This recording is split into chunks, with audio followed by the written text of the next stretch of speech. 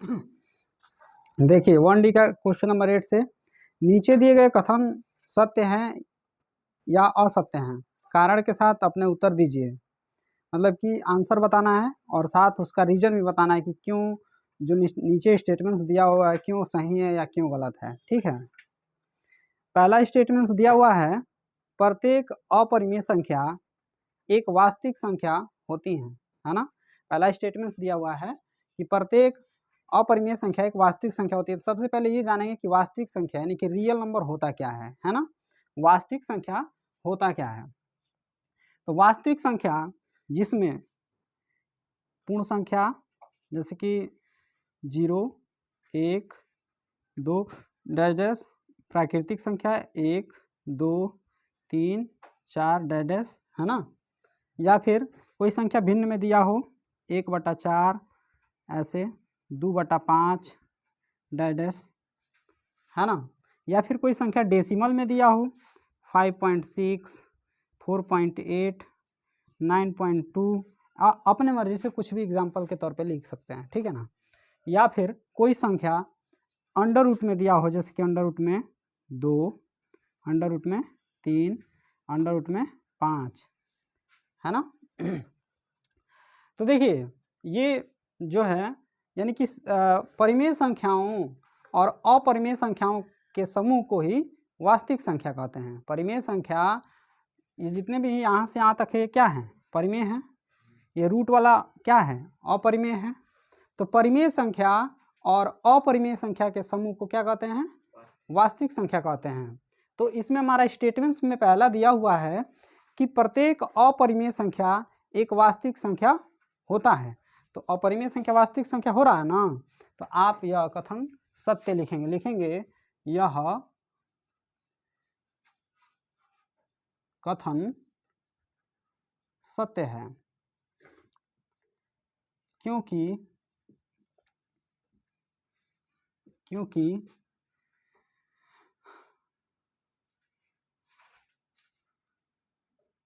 परिमेय संख्या परिमेय तथा अपरिमेय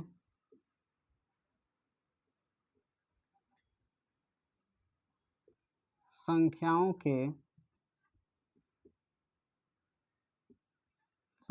के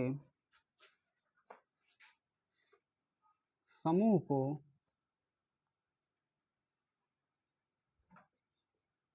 वास्तविक संख्या कहते हैं।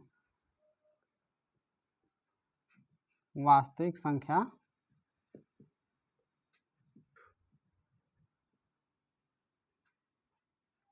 कहते हैं। तो ये पहले का आंसर हो गया, आंसर नंबर 1। दूसरा देखते हैं, 8वें का दूसरा स्टेटमेंट्स क्या दिया हुआ है। देखिए कह रहा है कि संख्या रेखा का प्रत्येक बिंदु रूट यम के रूप का होता है जहां रूट यम एक प्राकृतिक संख्या है। देखिए क्वेश्चन में दिया हुआ है कि हम जब संख्या रेखा बनाते हैं तो संख्या रेखा पर जो मतलब हम नंबर शो करते हैं है ना, तो सारे नंबर्स रूट के रूप का होता है ना। रूट यम का मतलब जैसे यम यम नहीं, एक ही लिखा हो लेकिन रूट में हो, 2 लिखा हो रूट में हो, 3 लिखा हो रूट में हो। तो ये बताइए हम जब कोई नंबर लाइन ऐसे ड्रॉ करते हैं तो यहाँ पे जो दिखाते हैं 1, 2, 3 इतना ही रहने देते हैं, इधर माइनस में 1, माइनस में 2 और माइनस में 3। चलिए तो माइनस में 1 2 3 इधर भी हो गया, प्लस में 1 2 3 इधर भी हो गया है ना। तो ये बताइए ये कोई भी आपको नंबर जो दिख रहा है रूट में दिख रहा है? रूट में कोई भी नंबर दिख रहा है? सपोज डैट अगर मान लेते हैं कि नहीं इसको हम रूट में लिखेंगे यानी कि √1, तो √1 का वैल्यू 1 ही होता है, यानी कि हम इसको √1 भी लिख सकते हैं, सॉरी √1 भी लिख सकते हैं। ये तो क्लियर है, लेकिन 2 को आप √2 नहीं लिख सकते हैं है ना, क्योंकि √2 का वैल्यू जो होता है आपको पीछे पढ़ाए हैं कि 1.414 होता है ना। तो 2 को आप रूट नहीं बोल सकते हैं, यानी कि 14 यानी कि इसके बीच की संख्या होगी ऐसे करके मैं पीछे बताया था रूट वाले का, तो यहाँ पर होगा यानी कि 1.414 या √2 का वैल्यू। तो √1 का वैल्यू ये है, √2 का वैल्यू इसके बीच में हो गया और 2 इधर हो गया। यानी कि हम यह कह सकते हैं कि जो हम नंबर लाइन पे शो करते हैं, है ना, वो केवल √m के रूप का नहीं होती हैं, उनके अतिरिक्त अन्य संख्याएं भी संख्या रेखा पर प्रदर्शित की जाती हैं। उनके अतिरिक्त अन्य संख्याएं भी संख्या रेखा पर प्रदर्शित की जाती हैं, यानी कि शो की जाती हैं। जैसे मान लो रूट वैल्यू केवल नहीं ना दिखाया जाता है, और भी तो अन्य संख्या है जो हम लोग नंबर लाइन पे लिखते हैं। जैसे कि 1.4 है तो यहाँ पे 1.5 भी तो हो सकता है, वो भी तो नंबर लाइन पे है ना। फिर 1.6 भी हो सकता है, फिर 1.7 भी हो सकता है ना। तो यानी कि √ के अतिरिक्त अन्य संख्याएं भी हम नंबर लाइन पे शो कर सकते हैं। तो इसका आंसर लिखेगा कि यह कथन असत्य है। यह कथन क्या है? असत्य है या गलत है। यह कथन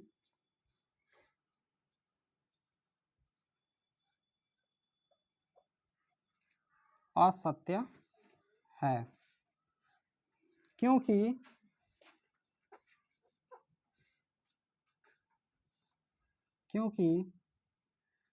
संख्या रेखा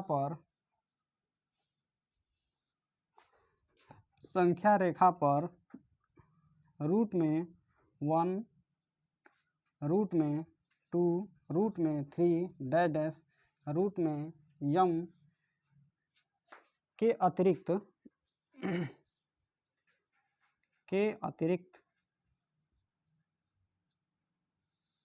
अन्य संख्याएं भी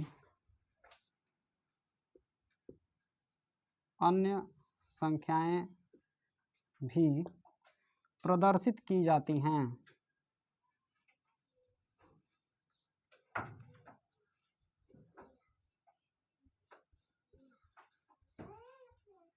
ठीक है, अन्य संख्याएं भी प्रदर्शित की जाती हैं। स्टेटमेंट्स तीसरा देखते हैं। तीसरा स्टेटमेंट्स क्या दिया हुआ है? प्रत्येक वास्तविक संख्या एक अपरिमेय संख्या होती है। ये बताइए, वास्तविक संख्या में अभी मैं पहले ही क्वेश्चन में डिस्कस कर चुका हूँ, डिक्लेयर बता चुका हूँ कि वास्तविक संख्या जो होती है परिमेय संख्या और अपरिमेय संख्या के मिलने से बनती है। तो आप कैसे कह सकते हैं कि नहीं प्रत्येक वास्तविक संख्या अपरिमेय संख्या हो सकती हैं? उसमें परिमेय भी आता है ना, हाँ, पूर्ण संख्या भी आता है, प्राकृतिक संख्या भी आती हैं, भिन्न संख्या भी आती हैं, दशमलव संख्या भी आती हैं। ये सारी परिमेय संख्या हैं।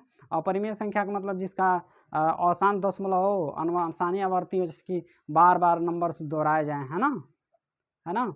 रूट वैल्यू है जिसका मान अनंत तक जाता है, अनंत तक जाने वाले वैल्यू को ही अपरिमेय संख्या कहते हैं, है ना। तो अपरिमेय संख्या अपरिमेय संख्या के समूह को हम क्या कहते हैं? वास्तविक संख्या कहते हैं, है ना। तो वास्तविक संख्या परिमेय भी होता है ना और अपरिमेय भी होता है। तो इसमें केवल पूछा है कि अपरिमेय होता है, यानी कि हमारा ये क्या है, कथन गलत बता रहा है ना। तो आप लिखेंगे यहाँ पे तीसरे स्टेटमेंट्स में कि चूंकि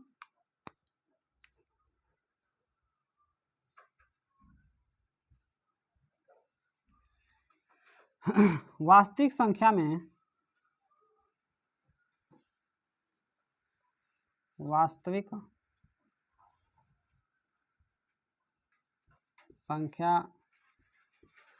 में परिमेय तथा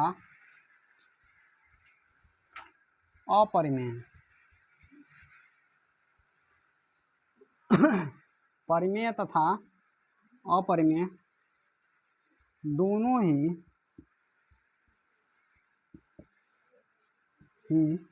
संख्याएं दी गई होती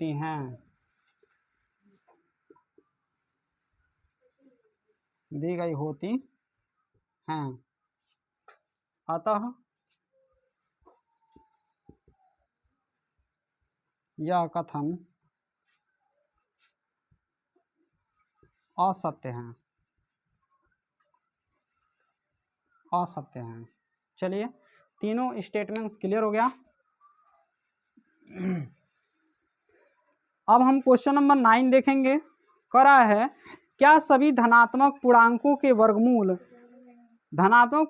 वर्गमूल अपरिमेय होते हैं? यदि नहीं तो एक ऐसी संख्या के वर्गमूल का उदाहरण दीजिए जो एक परिमेय हो। ये बताइए, किसी भी संख्या को अंडर रूट में लिखा जाता है तो अंडर रूट से वो निकलता भी तो है ना।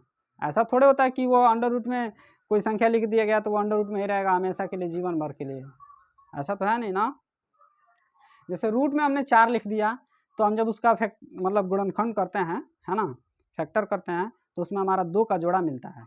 2 का जोड़ा मिलता है, तो जब 2 का जोड़ा मिलता है तो उसमें से 2 बाहर आ जाता है तो परिमेय बन जाता है। यानी कि अंडर रूट में 4 का वैल्यू जब 2 हुआ तो अंडर रूट 4 क्या हुआ? परिमेय हुआ, क्योंकि 2 परिमेय है ना।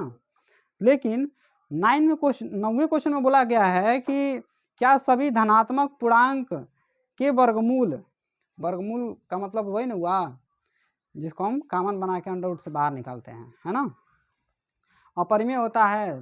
तो पूछा है यदि नहीं, इसका आंसर तो हो गया क्लियर कि नहीं, क्योंकि कोई भी संख्या जैसे 4 हुआ, 9 हुआ, 16 हुआ, उसको रूट में रख के जब काटते हैं तो हमको क्या मिलता है? 2, 3, 4 मिलता है ना। तो इसका आंसर हो गया नहीं। और पूछ रहा है कि यदि अगर नहीं हो रहा है तो उसका एग्जाम्पल भी लिखना है ना। तो सबसे पहले 9 का आंसर में आप लिखिएगा। तो क्वेश्चन नंबर 9 में हमें बताना है कि क्या सभी धनात्मक पूर्णांकों के वर्गमूल अपरिमेय होते हैं या नहीं, है ना। तो इसका आंसर हो जाएगा नहीं, आंसर हो जाएगा नहीं। अब नहीं के लिए उदाहरण देके समझाना है कि आप इसको प्रूव करके दिखाइए। तो कोई भी ऐसा धनात्मक पूर्णांक आप लोग तो मान लीजिए 9th में पढ़ रहे हैं, 9th के स्टूडेंट हो गए, तो इतना तो ज़रूरी मालूम होगा कि जो 4 है उसका वैल्यू 2 होता है, अंडर रूट 9 है इसका वैल्यू 3 होता है, अंडर रूट 16 है इसका वैल्यू 4 होता है। कोई ऐसी भी संख्या मिली है क्या रूट में जो हमें अनंत तक लेके जा रही हो? नहीं है ना। यानी कि ऐसे भी धनात्मक पूर्णांक होते हैं जिनका रूट वैल्यू परिमेय होता है, अपरिमेय नहीं होता है। जैसे कि 4, 9, 16 हमने एग्जाम्पल के तौर पे इसको लिया है, ठीक है। तो ये होगा एग्जाम्पल्स, ठीक है। क्वेश्चन नंबर 10 में देखिए, दिखाइए कि संख्या रेखा पर अंडर रूट 5 को किस प्रकार निरूपित किया जा सकता है। चलिए, बहुत ही इम्पोर्टेंट क्वेश्चन है, अक्सर पूछ देता है क्वेश्चन। अंडर रूट 5 को संख्या रेखा पर प्रदर्शित कैसे करेंगे? सबसे पहले एक ट्रिक समझा दें आपको कि ऐसी संख्याएं हम लेंगे, है ना, ऐसी संख्याएं लेंगे, 2 संख्या ऐसी लेंगे कि जिसका स्क्वायर करें तो 5 आ जाए, जिसका दोनों का स्क्वायर करें तो क्या आ जाए? 5 आ जाए। तो आपको 2 संख्याएं लेनी है जिन दोनों का स्क्वायर अगर करें तो हमें 5 मिले। तो 5 को देखिए फैक्टरीज, इसको अलग अलग बांटते हैं फैक्टर करके, तो हमें आपको मिल जाएगा 2 का स्क्वायर 2 दूना 4 और प्लस में 1 का स्क्वायर 1 1 जा 1, यानी कि एक एक में एक, है ना, 1 1 जा 1 हुआ ना, और 2 2 जा 4, तो 4 1 मिला तो कितना मिल गया? 5 मिल गया। ऐसा हम क्यों किए भाई, इसको भी समझिए। सबसे पहले आपको बता दें कि ये कोई जो क्वेश्चन हमारा दिया हुआ है इसका कोई फार्मूला नहीं है ना। एक ट्रिक है जिसके माध्यम से हम अंडर रूट 5 को नंबर लाइन पे प्रदर्शित कर सकते हैं। तो एक ट्रिक है, ये समझिए, तो एक तरह का ट्रिक है। यानी कि 2 नंबर्स ऐसे लेंगे जिनका स्क्वायर करें तो उस 5 के बराबर आ जाना चाहिए। समझ में आ रहा है ना। अब चलिए इस ट्रिक का सॉल्यूशन किस तरह होगा देखिए। तो सबसे पहले स्टेटमेंट्स 1 में लिखेंगे एक संख्या रेखा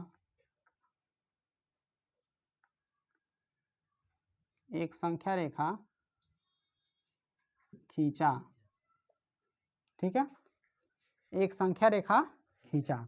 चलिए हम संख्या रेखा खींच लेते हैं।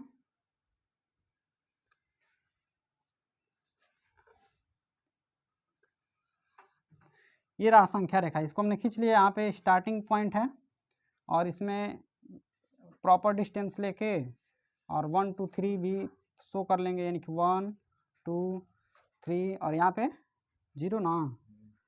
चलिए स्टार्टिंग पॉइंट को हम किसी भी जैसे कि अल्फ़ाबेट से प्रदर्शित करना चाहते हैं तो कोई भी अल्फ़ाबेट ले लीजिए, जैसे कि ए ले लीजिए, ए ले लेते हैं, ठीक है ना। अब देखिए दूसरे स्टेटमेंट्स में लिखेंगे संख्या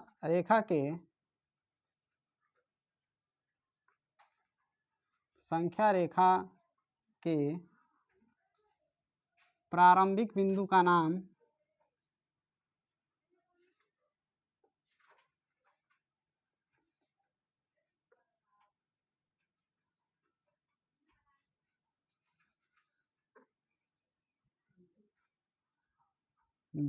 नाम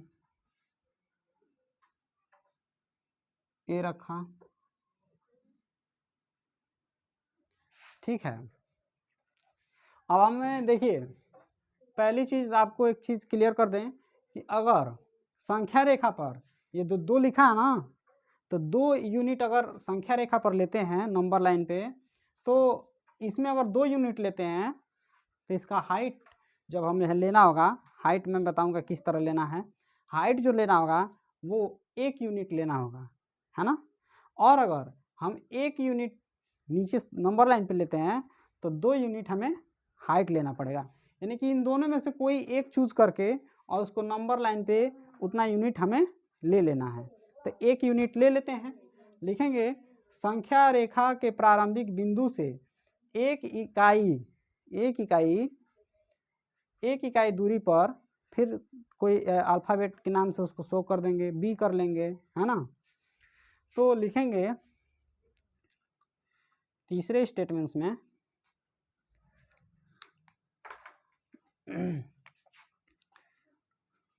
अब प्रारंभिक बिंदु से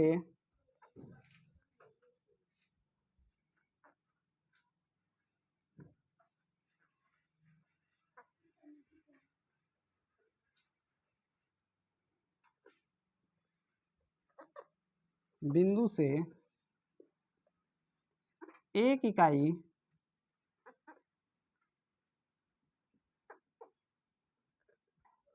दूरी पर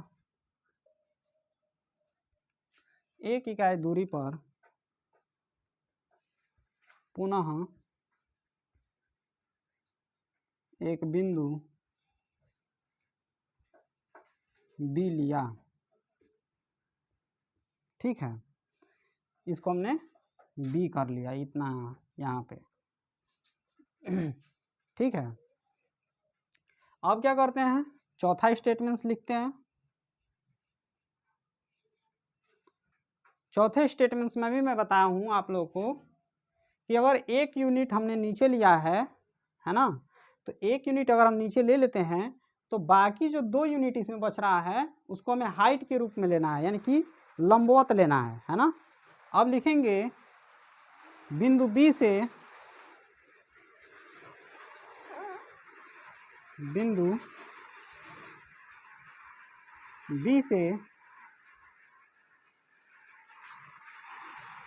दो इकाई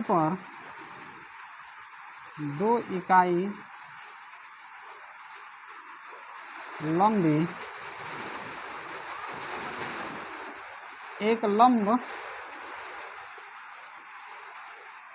एक लंब खींचा।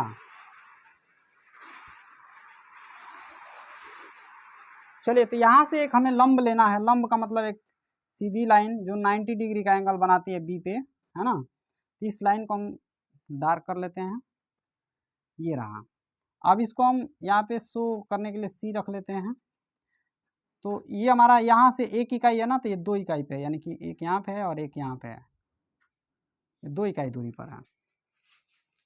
यहाँ से भी 2 इकाई दूरी पर है ना। अब इसको नाम भी लिख लेते हैं, इसका नाम भी, है ना। लंब रेखा का नाम BC रखा, लंब रेखा का नाम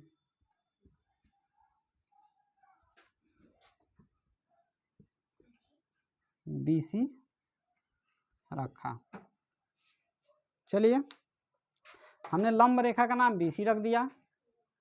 अब हम क्या करेंगे, बिंदु C को A से मिला लेते हैं, बिंदु C को A से मिला लेते हैं।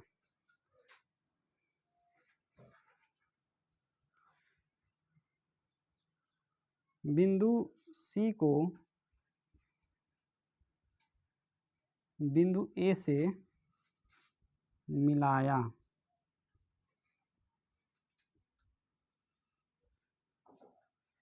ठीक है, चलिए, हमने जब, आप देखिएगा थोड़ा फिगर में देखिए, तो जब हमने इसको C से मिला दिया तो हमें क्या मिल रहा है, ABC एक राइट एंगल ट्रायंगल मिल रहा है, यानी कि समकोण त्रिभुज मिल रहा है। क्या मिल रहा है, समकोण त्रिभुज। समकोण त्रिभुज तो आप लोग पढ़े होंगे 8 में 7 में, है ना।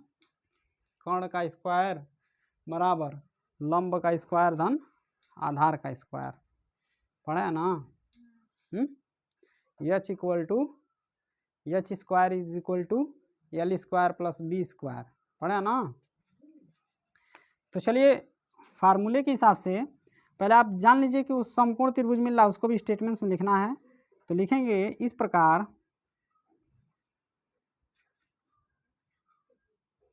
ट्रायंगल ABC एक समकोण त्रिभुज है।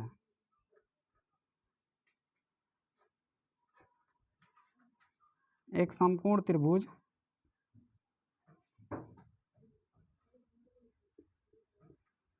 है। ध्यान दीजिएगा, ये समकोण त्रिभुज है ना। समकोण त्रिभुज को हम लोग ऐसे पढ़ते हैं, कर्ण, लंब और आधार जो दिया होता है, इसको कर्ण को हम H से शो करते हैं, इसको L से शो करते हैं, इसको B से शो करते हैं, है ना। यानी कि यहाँ पे हम पढ़ते हैं H square is equal to L square plus B square, है ना।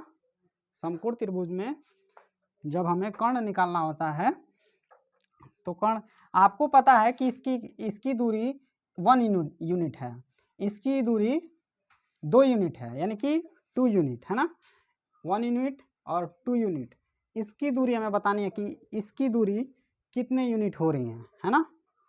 इसकी दूरी 1 इकाई है, इसकी दूरी 2 इकाई है, तो इसकी दूरी कितनी होगी, कर्ण ही ना निकालना है, तो कर्ण निकाल लेते हैं। तो कर्ण हमें यहीं से मिल रहा है, देखिए हमें एक स्क्वायर ये है, एक स्क्वायर ये है, इस पर भी स्क्वायर लगा लेंगे तो हमें √5 मिलेगा।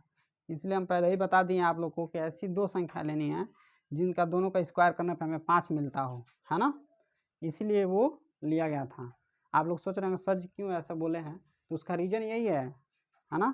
शो करने का सबसे सिंपल तरीका, एक ट्रिक है कि 2 संख्याओं का अगर हम वर्ग लेंगे तो हमें ये दोनों मिल जाएगा, और उसकी मदद से हम उसका रूट वैल्यू निकाल लेंगे, और रूट वैल्यू जब हम चाप लगाएंगे तो हमारा संख्या रेखा पे वो नंबर प्रदर्शित हो जाएगा, है ना। तो वही हमें करना है। तो हमें समकोण त्रिभुज ABC मिला है, तो ABC से हम सबसे पहले A से लेकर C तक की दूरी निकालेंगे। तो AC square is equal to AC square is equal to AB square और प्लस BC स्क्वायर। तो AB जो हमारा है 1 यूनिट है और BC 2 यूनिट है। तो AC square is equal to 1 और ये 2 दूना 4, यानी कि AC इज इक्वल टू, ये हो गया 5। AC square is equal to 5।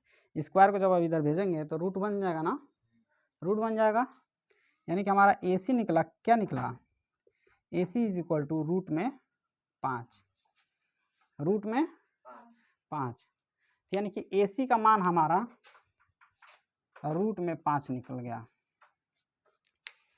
अब आप लोग को एक चीज़ समझा दें, अभी मैं यहाँ पे चाप लगाने की बात कर रहा था, है ना। चाप क्या होता है, सबसे पहले ये समझ लीजिए। थोड़ा ऊपर का मिटा देते हैं। चाप क्या है, क्यों लगाना है, ये समझ लीजिए। सबसे पहले आप जानिए गोला क्या होता है, गोला, सर्कल, है ना। गोला क्या होता है, है ना। गोला आप जान लेंगे तो चाप भी जान लेंगे, है ना। एक बिंदु से समान त्रिज्या लेकर, है ना, समान डिस्टेंस लेके यहाँ से यहाँ तक, है ना। और जो सर्कल यानी कि जो गोला हमारा खींचा गया होता है ना, तो उसका हर जगह पे जो हमारा रेडियस होता है यानी कि जो त्रिज्या होती हैं वो हर जगह बराबर होती हैं। क्या होती हैं? बराबर होती हैं। हम जब इसको खींचेंगे तो ये हर जगह क्या होगा? बराबर होगा। यानी कि अगर यहाँ पे कोई यहाँ से यहाँ तक डिस्टेंस मान लिए ए है, और यहाँ से यहाँ तक का बी है, यहाँ से यहाँ तक का सी है ना, तो हमारा इसमें ए बी सी सब क्या होगा? बराबर होगा। क्या होगा? तो हमारा ए बी और सी क्या होगा? यानी कि इसकी त्रिज्या बराबर होती हैं। आपको बता दें कि छोटे बच्चों में जब 4-5 में आप लोग पढ़ते हैं तभी आप लोग को बता दिया जाता है कि इतना त्रिज्या ले लो और इतना त्रिज्या लेके एक सर्कल बनाओ। तो आप लोग क्या करते हैं? प्रकार उठाते हैं। अगर 2 सेमी की त्रिज्या दी गई है तो मान लीजिए स्केल है, ऐसे ऐसे खींचा हो रहता है उस पर, है ना। और यहाँ पे लिखा रहेगा 0 1 2। आप यहाँ से एक काम करेंगे, सीधा यहाँ से लेंगे और यहाँ से एक लाइन ले लेंगे। ठीक है। लाइन लेने के बाद से क्या करते हैं, अब हमें स्केल का काम खत्म हो जाता है और यहाँ पे लिख देते हैं आप 2 सेंटीमीटर लिख लेते हैं, है ना। और उतना लिखने के बाद से आप क्या करेंगे, प्रकार लेंगे। प्रकार को आप एक नोक यहाँ पे रखेंगे, पेंसिल का नोक यहाँ पे रखेंगे और उसके बाद से इसको घुमा देते हैं। तो घुमाते हैं तो कुछ इस प्रकार का बन जाता है। ये बोर्ड पर थोड़ा, है ना, ऐसे गोला बन गया ना। तो ये बताइए, जब आपने यहाँ पे 2 सेमी लिया, यहाँ पे जब आपने 2 सेमी लिया तो 2 सेमी यहाँ पे है, तो यहाँ से यहाँ तक की दूरी कितनी होगी? 2 ही सेमी होगा, है ना। और अगर मान लीजिए यहाँ से यहाँ तक की दूरी अगर आपको बतानी है तो कितना होगा? 2 सेंटीमीटर। यानी कि हम जो इसको हमने यहाँ से घुमाया वो एक तरह का चाप लगाया गया है। क्या किया गया है? चाप लगाया गया, यानी इसको चाप काटा गया है ना। और चाप जो होता है हर जगह प्रॉपर डिस्टेंस होता है, यानी कि हर जगह समान दूरी होती है उसकी, है ना। तो इसका मतलब ये हुआ कि जब हमारा यहाँ से यहाँ तक का डिस्टेंस जब √5 मिल गया है तो यहाँ से जब हम चाप लगाएंगे संख्या रेखा पर ऐसे करके जब चाप लगाएंगे तो यहाँ से यहाँ तक की दूरी जब √5 है तो ये भी दूरी हमारा क्या होगा? √5 होगा। तो हम संख्या रेखा पर आराम से √5 को दिखा पाएंगे ना। वही करना है। तो लिखेंगे हम यहाँ पे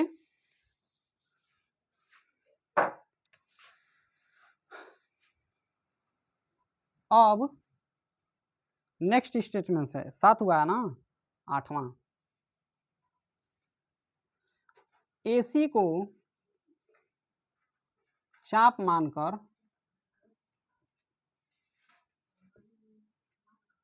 है ना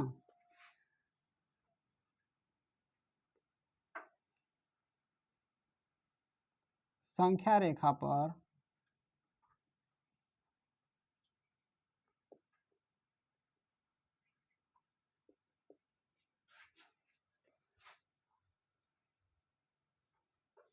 एक चाप काटा।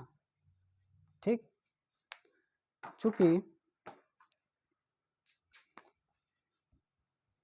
चूंकि और काटान बिंदु का नाम भी रख लेते हैं। काटान बिंदु का नाम क्या रख लेते हैं? यहाँ से जो चाप काटा गया आप मान लीजिए इसका नाम P है ना। तथा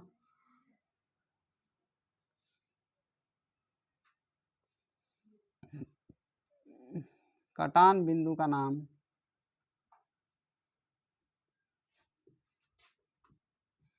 P रखा। ठीक है। अब काटान बिंदु का नाम जब हमने P रख लिया तो आपको बता दें, अभी मैं बताऊं कि प्रॉपर डिस्टेंस होता है जब चाप कोई लगाते हैं तो उसके बीच की दूरी क्या होती है? हर जगह समान होती है ना।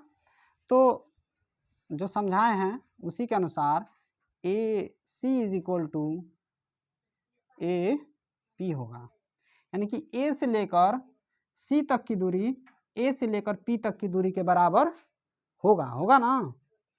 तो यानी कि ए सी का वैल्यू √5 है, तो इसलिए ए पी का भी वैल्यू क्या हो जाएगा, √5 हो जाएगा। ए पी का वैल्यू √5 हो जाएगा। तो यहाँ पे आप पी के जगह पे अब यहाँ पे लिखेंगे √5 √5।